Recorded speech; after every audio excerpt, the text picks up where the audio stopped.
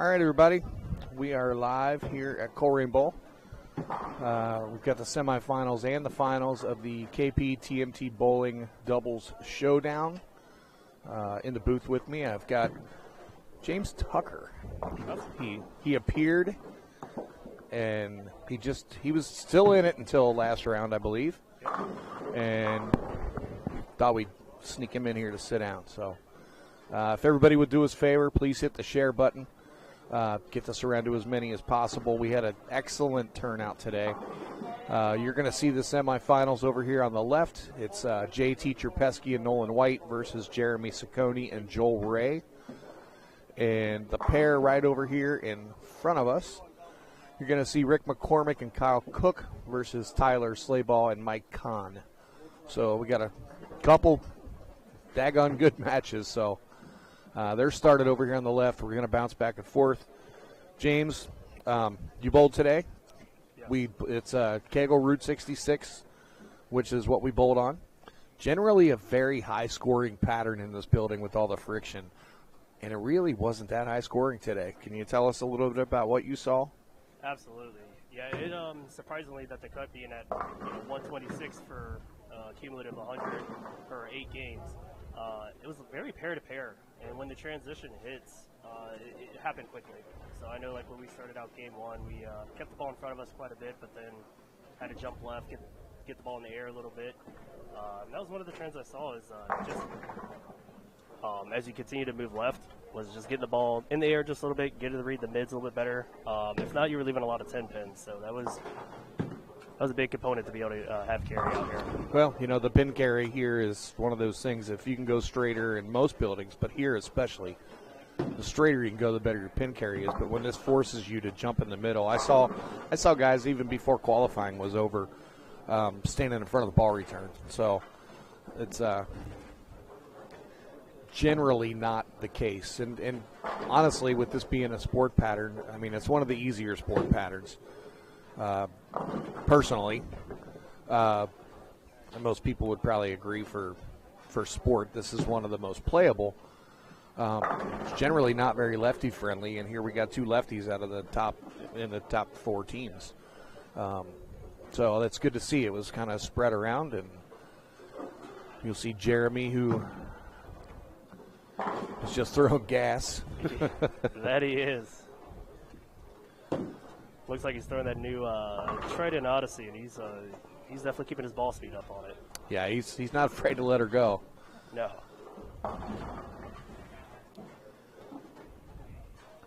So, yeah, it looked to me like it's one of those patterns on the right side. You could still get it right too early. It's going to overhook.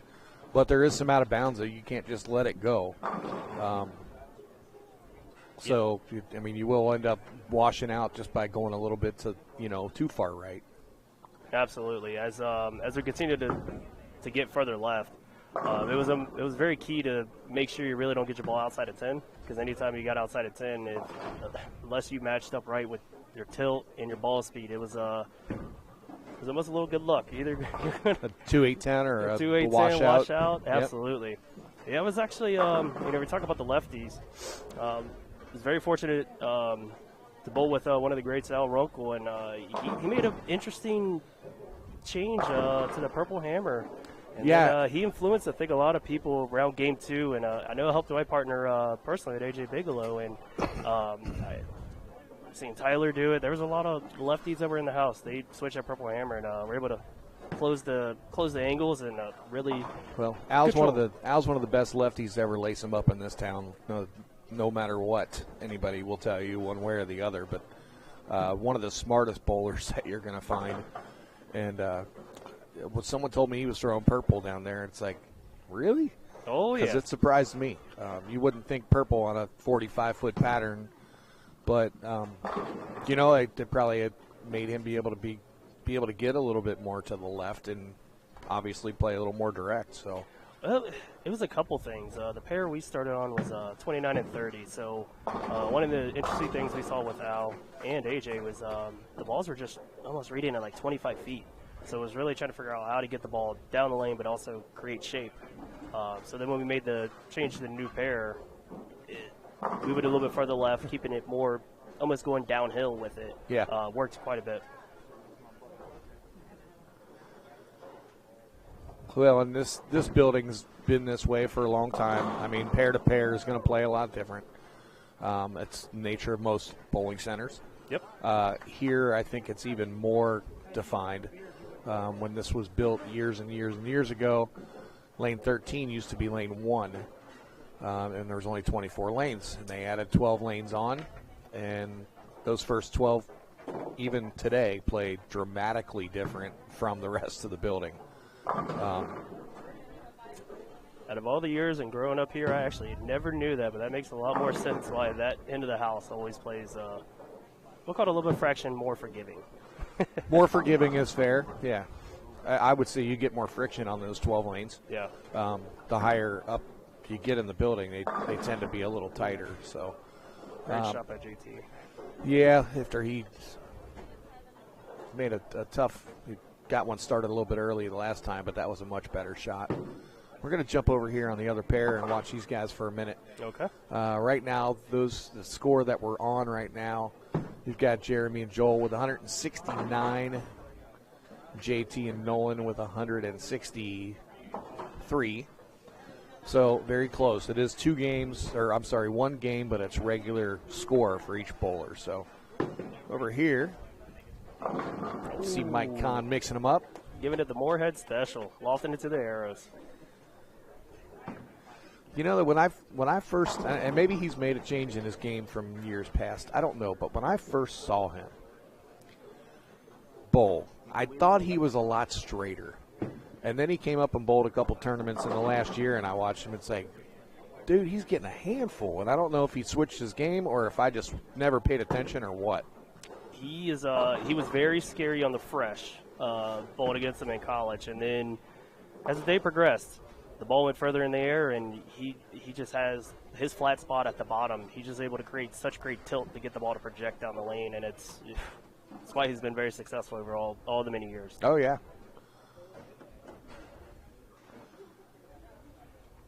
See Kyle Cook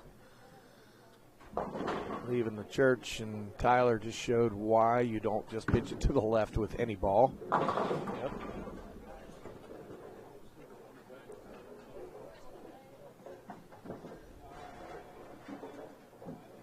Yeah. Why not? Matt's here, and he just pulled up a tournament, St. Patrick's doubles tournament, Sunday, March 20th. And Mike Kahn is hosting this event. And I'm just going to read a little bit about it. Sunday the 20th at 1 o'clock.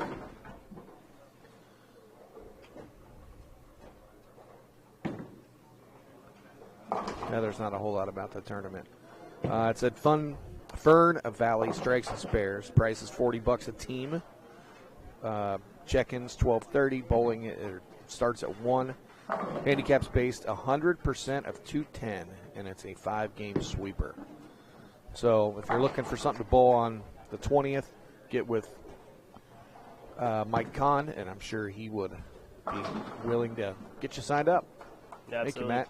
And for those listening, I would imagine that's going to be happening in the Louisville, Kentucky market. That's correct. Yeah, there's lots of tournaments going on. There's a Baker doubles over at Northwest tomorrow during the day. We've got our senior sweeper, which we've started up here, 50 and over. Oh, that was nasty. Oh. Senior sweeper tomorrow, 50 and over, 11 o'clock in the morning. And then our regular sweeper, of course, tomorrow night at 6 o'clock. Those are what is right in front of us anyway. We've got our list out there on all of the tournament pages and on the sweeper page for the entire year. Yeah, the Wrath of. Another one in June. Yeah, another one in June that Mike's got, and it's called the Wrath of Khan. And I believe it's going to be on a very difficult pattern. With a name like that, it's not going to be on something easy. The slogan is, how many frames will it take you to fry out? That is That's fantastic. Absolutely. Way to use the last name right there. Yeah.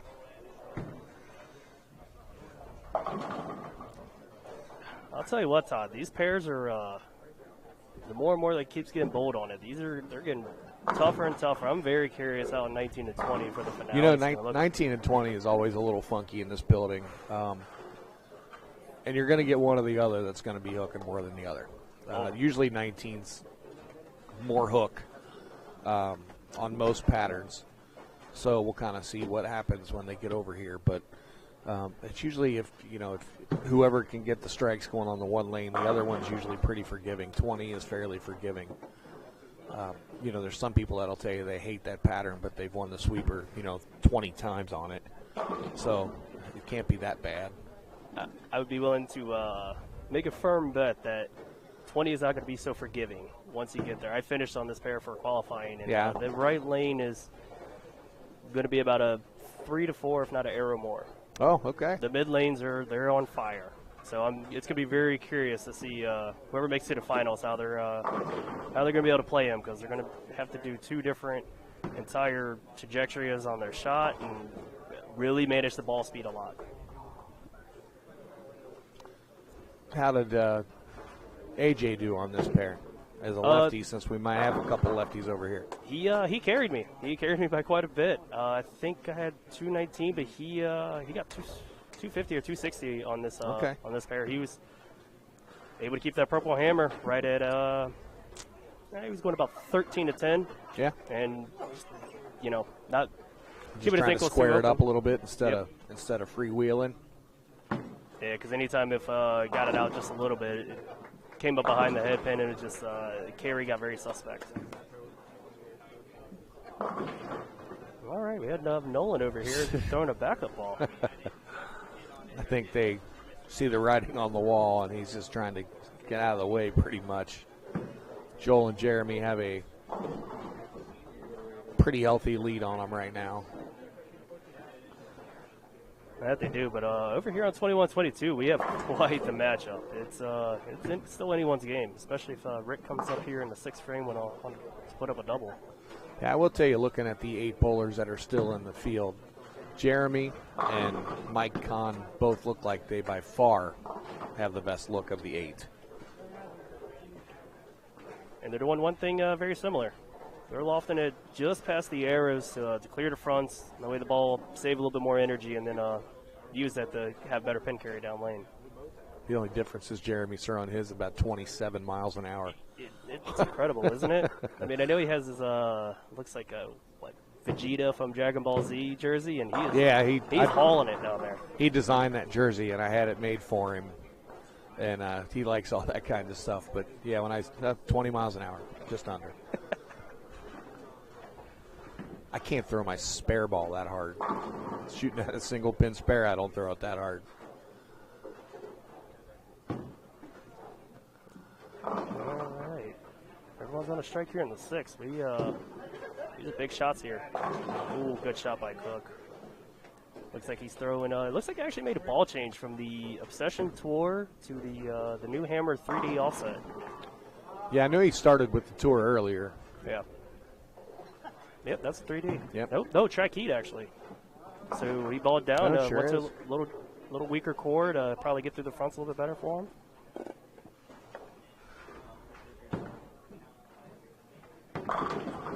Better shot by Tyler.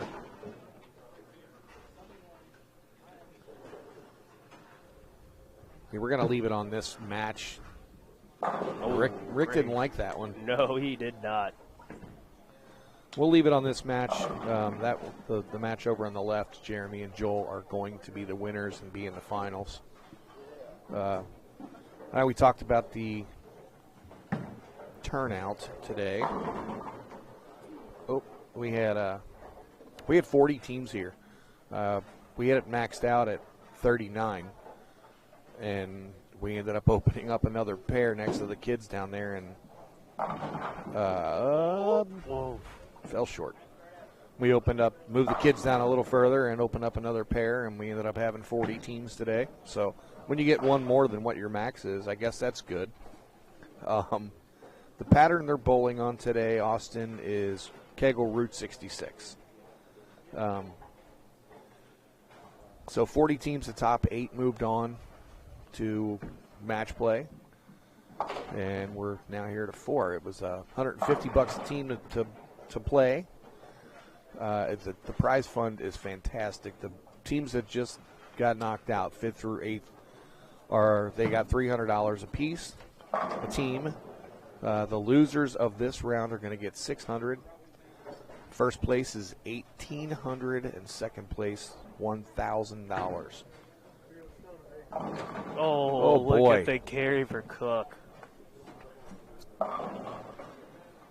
So, good prize fund put together. Collier, again, if you don't know Collier Pavey in the KP tournament, he's got his own page. He's got his own group. He travels between here and Tennessee running tournaments throughout most of the year. The majority of them are in the summertime. And then him and I have got together. I'm going to go to Tennessee with him a few times this year and do some events with him and do some live streaming with him. And then we do 3 or 4 of them here a year together at Colerain. So he's one of the hungriest young men I've ever met in this business, whether it's bowling or running a tournament, and he does it right. So if anybody looks for KP tournaments online, look at some of the events he's got coming up, and you won't be disappointed, I can tell you that. No, absolutely. Now, Todd, I'll piggyback off of that. Just moving back to the area and being able to, come down to Cincinnati and bowl a tournament. It's my first KP tournament, and very well ran. There was good bracket action. The payouts are very fair, even shot across the board. You can tell the guy has support. You don't sell at an event, 2-3 weeks prior in advance without having that kind of support. But also, everyone walked in. They signed in for the first tournament of the year. He's giving out hats, chamois, jerseys. He's running it the right way. He's definitely growing his brand, and that's only going to continue to grow and help develop the sport of bowling in this area. That's absolutely right. I'm glad to do events with Collier. He would ask a lot of advice back in the day, and at the point now he's a big boy and he can do all this stuff himself, but we like to do things and work together on them. We have fun doing it. They sign up through the jot form through me. I keep a spreadsheet. I send it to him. He does a lot of the pretty pictures of the lane assignments and everything, and then today when he came in with all the stuff for the spin the wheel to see what you win, and that just shows off what what he's trying to do, and he does it right. There's never a question about that. I appreciate knowing my lane assignment before I walked in the building. That was a random lane assignment, but it was good to know the night before. Like, all right, I'm on this pair. I kind of know exactly where I need to set up shop to at least get going, and instead of where everyone. When you get a bowling center, everyone's bringing their bags everywhere, and everyone sits up front. Yeah. Instead of just taking it to their pair and. Where they hover over the tournament manager's desk. And then that's one of my least favorite things in the world, just to be honest. Looks like Mr. Cook and McCormick are trying to run away and hide here. Yeah, it looks like actually both of them made significant ball changes, and looks like they changed their angle actually on the lane, so it's paying off dividends right now.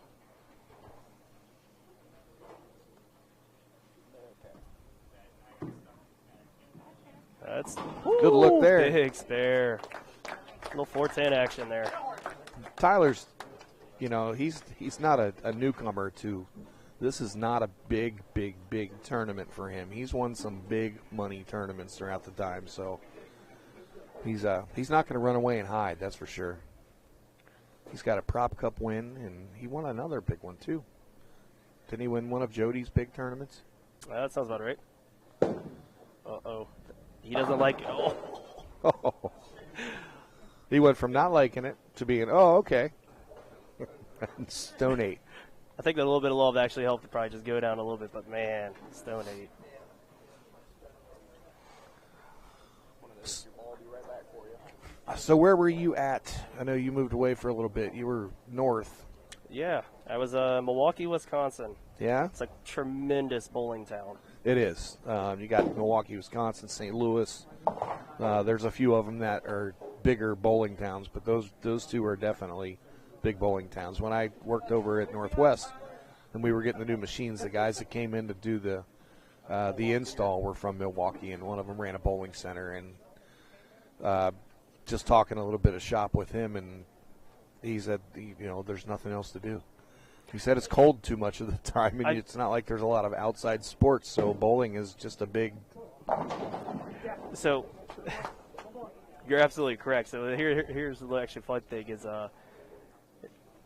once it hits about November, everyone that enjoys golfing, it's just pure bowling for another 4 months because the golf courses don't even open up until about April. Yeah. But one thing was very interesting is with as much talent and everything up there is there wasn't much summer things to do. Or bowling wise, everyone enjoyed the golf course, but being back in Ohio, that's one thing. It's one of the nice privileges. There's a lot of things down here in the Dayton, Cincinnati, Louisville market where a lot of action and bowling going on. Well, you got, of course, Jody up in Columbus, and myself and Collier here. Jeremy Thomas down in Louisville is doing a hell of a job trying to rebuild the Louisville market. And Kyle that was a great ball change. Yes, it was. Because he's got a really nice look there. But yeah, I mean, it is good to see bowling coming back, and most of my events, other than the weekly sweeper that we do, are in the summer. Summertime's when you can fill some lanes because there's a lot to fill. There's, when I remember when I first started here, you could walk in here on any given day and hear crickets because it was just so quiet. And then, I thought, well, let's get something in here on the weekends because during the week, summer open bowling is very slow. Summer league play is typically pretty slow. So the tournaments around here, a lot of them are in the summer now, and Jody's got his big one up there in the summer. Our biggest one of the year is going to be Thanksgiving weekend with the Fall Classic, the Ebonite Fall Classic. We've got a couple huge sponsors for that one this year, and it was a $5,000 sponsorship last year with Ebonite, and we had Strikers Wellness and Performance Center and Wendell Barger chime in and add another $5,000. So $10,000 added as it stands right now, based on a full field, which I don't think we'll have a problem getting to. $150 entry, $125 re-entry. First place, $7,500. I would imagine you're going to attract a lot of bowlers from probably within a 3 to 4, if not 6 hour radius. Yes. And we've been steady the last 3 years with it, with the $5,000 added at about 180 bowlers. And I don't see any reason why we don't get pushed close to that 300 mark this year with re-entries and whatnot.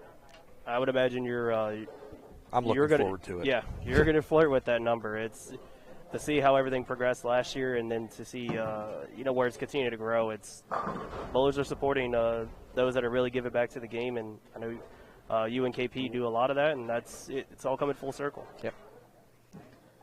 I have fun doing this too. So. Oh, absolutely. The camaraderie and the relationships, it's tremendous. There's a whole lot that I've learned in this game. I mean, I bowled a lot when I was younger, bowled a lot like all of these other guys do. But I've probably learned more about bowling in the last 5 years than I did my first 45 years of my life, just by watching and paying attention and learning patterns and whatnot. So we got Cook and McCormick who turned it on. They literally almost went the entire back half. Yep. So they go 494 to 439. Bowlers heading into the finals. Here's Collier. Jeremy Ciccone and Joe Ray versus Rick McCormick and Kyle Cook. So give us a quick moment. We're going to get the camera set up. Make sure we're ready. I'm going to put it up there on the score. Rick and Kyle will get lane choice. And we'll get the other camera set up. So give us just a minute. James, you can talk for a minute while I'm doing that if you'd like.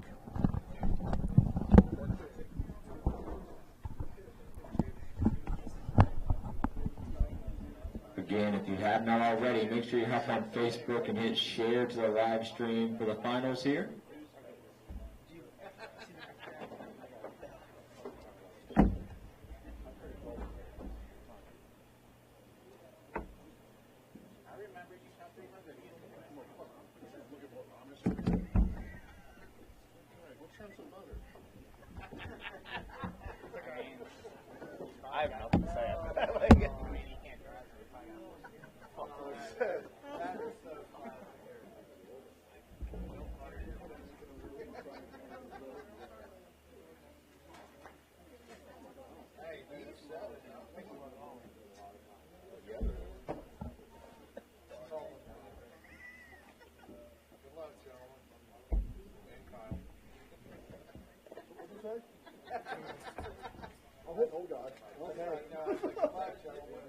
not above it.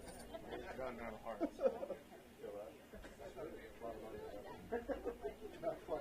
What'd you say?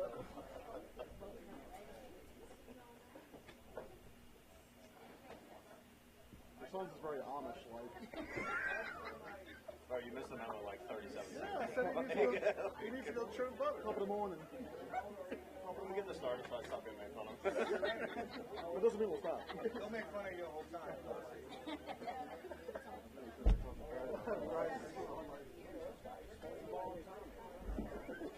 And he gets 15 frames compared to our 12.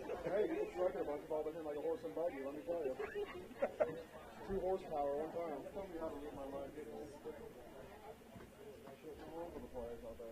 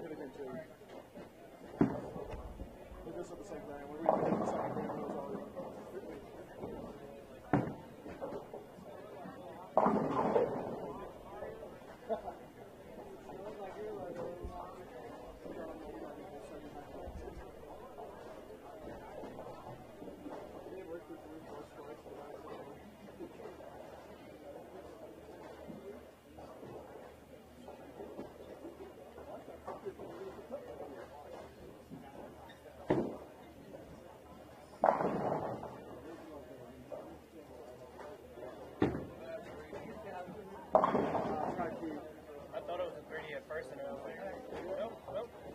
Where the hell the ball came from?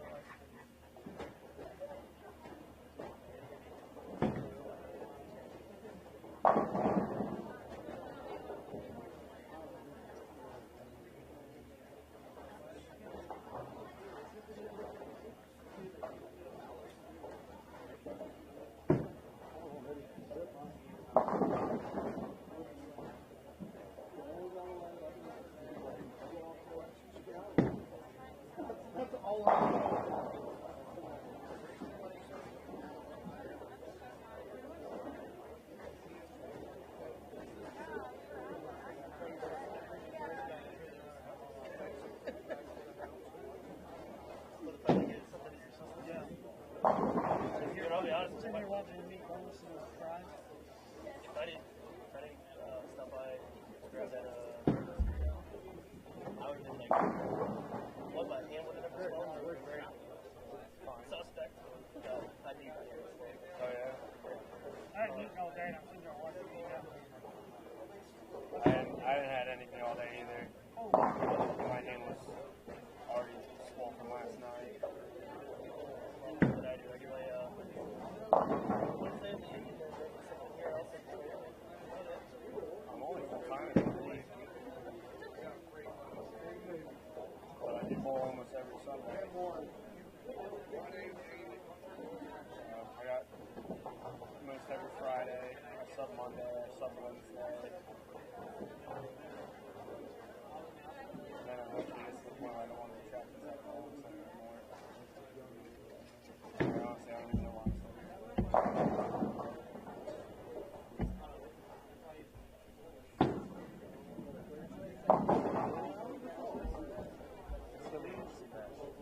This right lane. The right lane?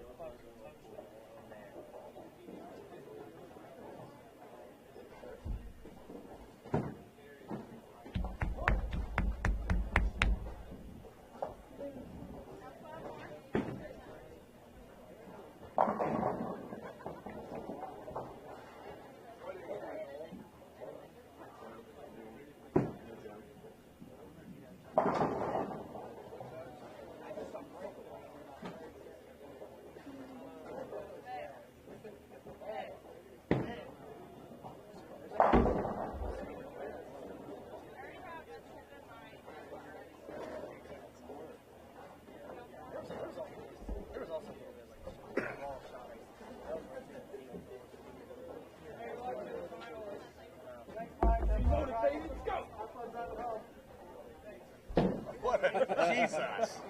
What a nice guy. Team lefties.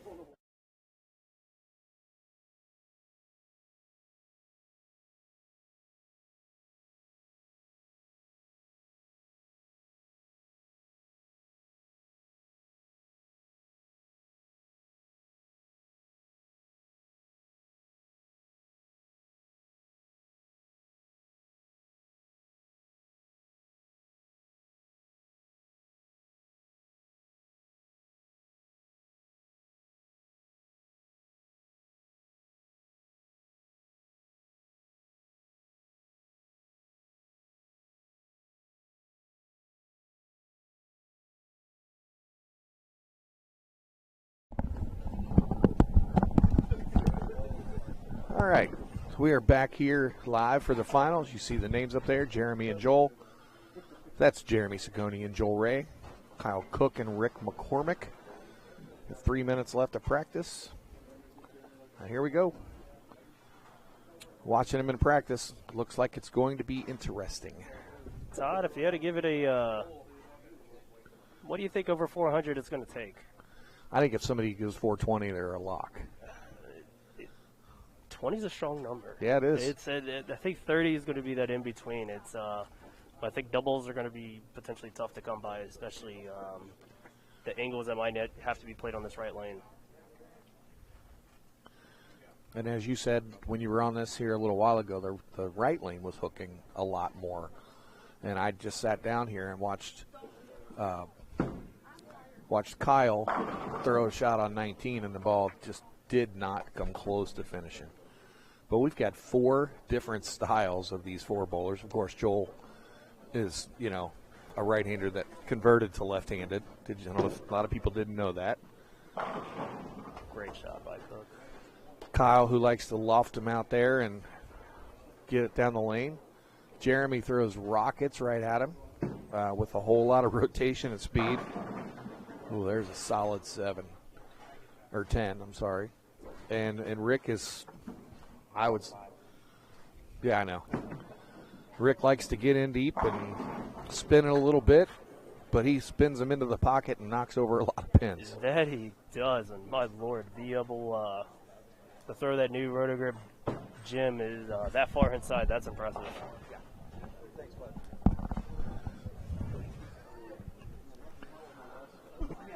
We do a quick. We didn't have any sponsors. This event was sponsored by myself and Collier. I do want to talk about my sponsors real quick. You see they're up there in the corner. Ebonite, Bolify. We are giving away some Bolify jerseys today.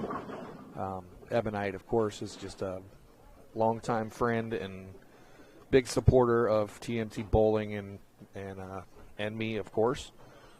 So I can never say enough about them. Big Four Sox joined in with us. So for like the sweeper winners, they get a jersey from Bolify and a pair of Big Four Sox for every win. So some cool stuff, but I just always like to thank my sponsors for helping out. Genesis Tape is another one of the sponsors of the tournaments too. Oh, there's Joel. He heard me. So making sure it's getting represented there. That's right. All right, nice pick cover. up.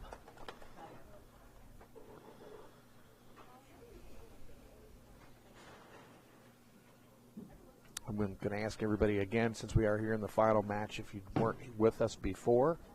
A nice close-up of the pins, the ball going through the pins nicely. Hit the share button for us. Get as many people watching this as we can. Rick did not like that one. Looks like it came off his hand a little bit early, but he's using a big ball, it looks like, on both lines. Yes, both lanes. That is absolutely incredible to be, using Rotogrip's newest ball, but also their strongest ball from that far inside. That is good on him. So impressive. And still being able to get that big ball through the pins. That's what Scott just put on here. Spin it to win it. Gets the job done. Well, Kyle's had a little early hook on both lanes right here.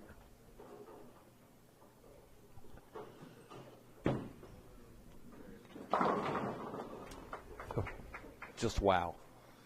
I know Jeremy had a big night here a couple nights ago over, I want to say it was at Waltz. 298, 300 first 2 games. No big deal. It's not bad, is it? No big deal. And he ended up 2-teen the last game, and he said it was the hardest 800 he's ever had with that big of a score going in. It's literally, do not mess this up, and That's I need right. to double at least twice. Yeah, that's right. Good shot there by Joel. Ooh. Good shot, Rick.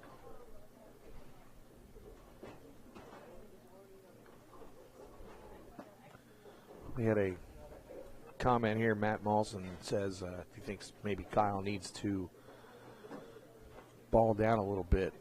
He mentioned the ghost, which, I mean, that ball's going to get down the lane, but that's a big ball. It's a strong ball, too. Yeah, I said it's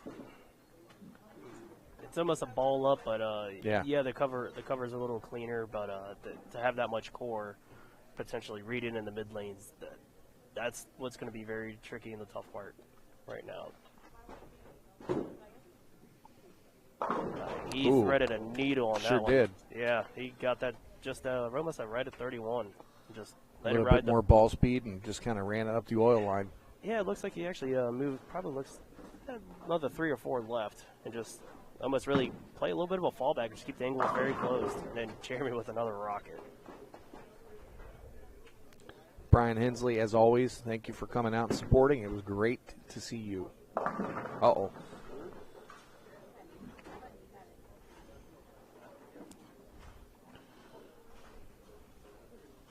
It wasn't the best shot, but just No. ball speed off just a fraction, and Yep. no forgiveness.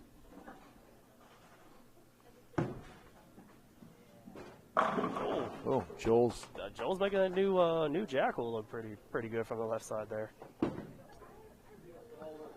Let's face it, all 4 of these guys make almost anything they put in their hands look good. This is very fair, and that's why all 4 of them represent different companies, and they do it well. Yep. Actually, Jeremy and Joel are on the same team. I believe they are both Motive.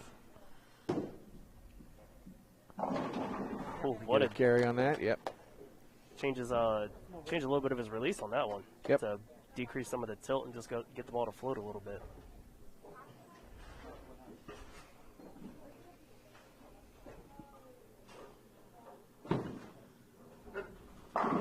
Boy, oh boy. I said it watching him over there and leading up to it. I think even in the round of 8. Did you poll them in the round of 8, or was They were on the pair beside us, so Okay. we had all the privileges of watching the 289 he Yeah. started out the gate with the match play. said he's definitely looks like he's got the best look in the building right now. And then all of a sudden you see Joel starting to, because they didn't win that match by much either. No. He had 289, and Joel actually struck out in the 10th for 170 something just to get the win. Yeah, and I think and if Jonathan would have doubled in the 10th, I think they would have clipped them by about 6 pins or so. Mm-hmm. So even with the 289, it was still a tight match because the other 2 gentlemen, they bowled very well.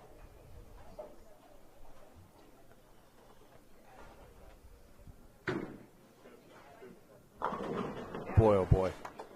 Change the hand position a little bit, play him a little tighter and not the loop, and he's got 3 in a row.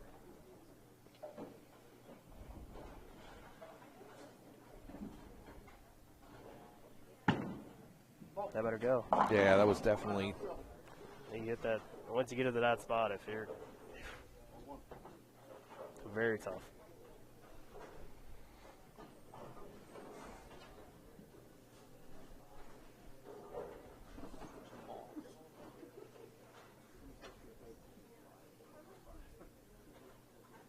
So Todd, if you were out there right now, what would be what do you think would be your plan of action from the left You know, side?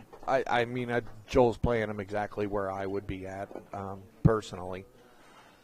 His ball speed, and he's got a little bit more hand than I do, but very similar other than the fact that he's just a lot better than I am. But if I was looking in that neighborhood, I would definitely be in around the third arrow and trying to make 10 my gutter. And I throw it fairly hard, so I mean I'm right where that's even further in than I could get or would get. But he's it actually looks like he got that one in from where he was playing earlier on a couple shots. Well, he wasn't throwing that ball earlier, and I think he started to get pretty comfortable with it and just really getting, feeding it just a little bit, especially with the oil line starting to cross over quite a bit. He's getting that ball to hook, stop, roll, and it's. I got my buddy Scott Shore. She's actually working in the back. Said that Todd might not remember how to throw it. I haven't bowled much, and I've had dealt with some medical issues for almost a year now. So I keep trying to get myself back into it, and then something else. Oh, they got the 4 coming forward. Even though not physically being able to do it, I'm sure being able to host these events and Well, I can tell you, my brain still knows what to do. I can still watch and tell I can see patterns, and I can still tell people where I think they need to be and get them lined up. But physically, I haven't been able to do it myself. But it's coming back. I'll be back soon. Joel with another big shot there. You know that you said that you finished on this pair, and a lot of times on these longer patterns like this one, a lefty doesn't have, or a sporter pattern, lefties don't have much of an advantage because they don't have the play. Scott called me a great armchair bowler. Thanks, Scott. Did you have some belts to clean or something back there?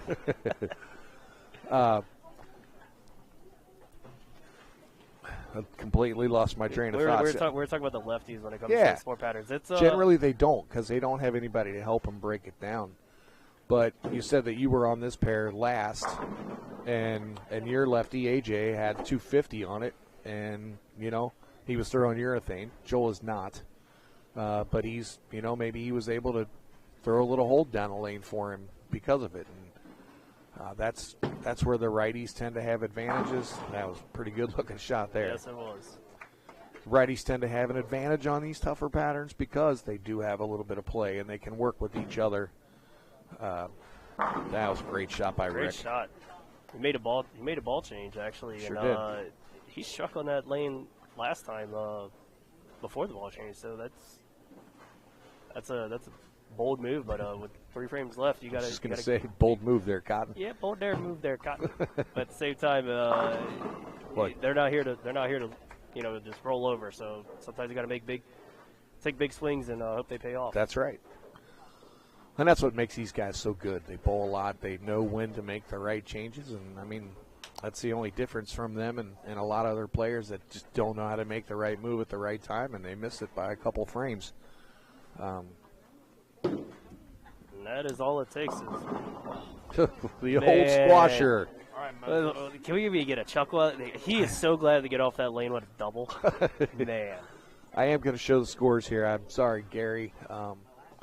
You see Jeremy and Joel, 369 through 8. Oh, that's huge. And then Cook and McCormick at 332. But that strike there by Jeremy in the 9th is a big, big ball. That ball better go. Oh, my. Oh. Well, it went. I'm trying to figure out what pin even. That was the head pin that was rolling up and down. The head pin was facing towards us. Yeah.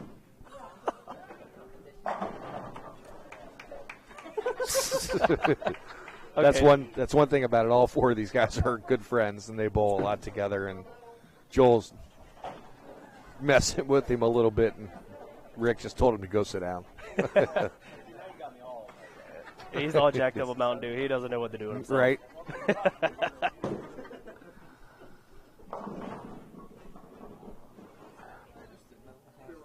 Yeah, Kyle's just he doesn't have the reaction he needs. Yeah, it was. You can't out bowl bad ball reaction. If you've got a bad ball reaction, it'll play with you, and you can't throw it good enough to strike enough when you've got a bad ball reaction. And right now, that looks like what he's fighting. That he is, and I know we said 420s, but I mean to see what Jeremy's been able to do on on the right side, And then Joel was just pulling out his lefty card and say, "Yeah, we'll make do, and I'll get my money off this one." He said, "Did Todd say 420? I'll Yeah. take the over." Yeah, we'll take the over and then some. Because they're already there.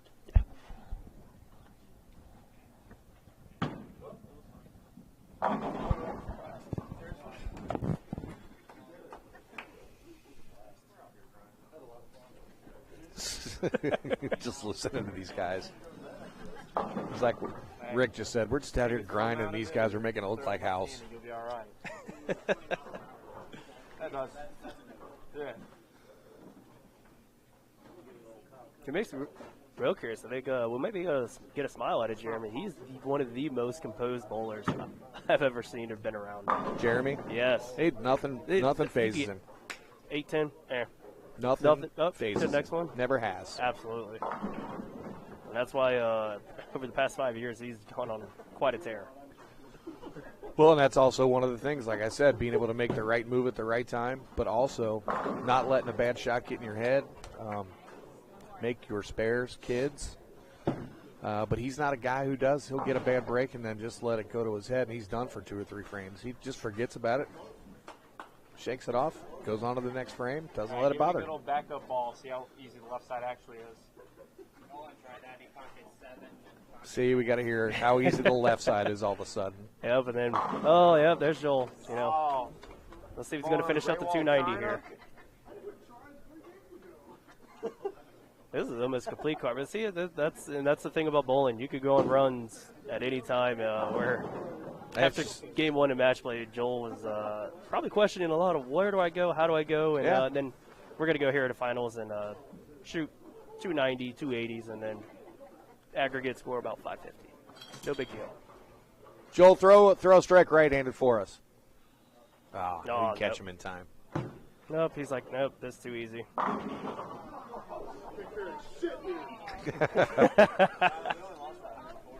There's no 7-second delay, Joel. Well, I mean, if we would have said just with the 2 left or 2 righties, 4-0, 4-0s, we're right there. But yeah. These two, they put on a clinic. Well, there's the final score up there, folks. 539. That's not even right. It's 548. They didn't give him Joel's 9. There it is, 548 to 406. That is nasty. So, Jeremy and Joel, congratulations. Kyle and Rick, congratulations to be the runner-up tonight. Again, thanks everybody for coming out tonight or today. It's just now 3 o'clock. You got time to do all kinds of stuff the rest of the day. This turned out good. Absolutely. So I appreciate you sitting in. Welcome home. Yes. Thanks, Didn't I see you shoot an honor score already since you've been back? Yeah, we had one earlier in the week. Actually hooking around. We had to walk, Cook and I, we had to work our way around the urethane. I was able to get a 300 game 3. Nice. Which is very tough to do at Capri Lanes in Dayton. Man, I haven't bowled there in a long time. So, anyway, thanks again for sitting in. Like I said, I'm glad you're back home, and I'm sure we'll be seeing a lot more of you. Absolutely, sir. It was an absolute pleasure, and glad to be back and be here to support you. All right, sounds great. Awesome. Thanks, Todd. All right, thanks.